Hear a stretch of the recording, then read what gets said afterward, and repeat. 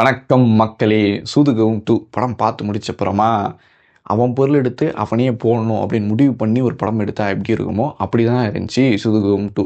ஆக்சுவலாக படத்தோடைய ஆரம்பத்தில் முடிக்கிற வரையும் பொலிட்டிக்கல் சட்டையரை பண்ணியிருக்காங்க. அது பொலிட்டிக்கல் புரிதலோடு பண்ணியிருந்தா இன்னும் நல்லா இருந்திருக்குமோன்னு எனக்கு தோணுச்சு. மக்களை பற்றியான பார்வையும் கிடையாது, இல்லை அந்த திட்டங்களை பற்றியான பார்வையும் கிடையாது. சீமானனுடைய மேடை பேச்சுகள்லாம் கேட்டு அதனால் ஒருத்தர் இன்ஸ்பயர் ஆகி ஒரு கதை எழுதி டைலாக்லாம் வச்சா எப்படி இருக்குமோ அப்படி தான் படத்தில் பார்க்கும்போது எனக்கு தெரிஞ்சு. இன்னொரு பக்கம் கதைக்கான லாஜிக்னு ஒன்று இருக்குது. அந்த கதைக்கான லாஜிக்காவது அவங்க கண்ட்ரோல் பண்ணிடலாம்.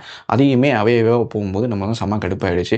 காமெடி சுத்தமாக ஒர்க் அவுட் ஆகலை. ஆகும்னா விஜய் சேதுபதி அவனுடைய பெர்ஃபார்மன்ஸையும் சிவா அவனுடைய பெர்ஃபார்மன்ஸையும் ரெண்டுத்தையும் கம்பேர் பண்ணி காமிக்கிற மாதிரி ஃபுட்டேஜ் காமிச்சிட்டே இருந்தாங்க. அது அப்படி என்ன தான் சொல்ல வரீங்க டேரக்டர் அப்படின்ற ஒரு கேள்வி மட்டும் தான் எனக்குள்ளே எழுப்பிச்சு. கிட்டத்தட்ட சுதுகம் போயிட்டு தூங்காமல் இருந்துட்டாலே ரொம்ப பெரிய விஷயமா தான் எனக்கு இருந்துச்சு. உங்களுக்கு சுதுகம் 2 எப்படி இருந்துச்சு அப்படின்றத கீழே கமெண்ட் பண்ணுங்கள்.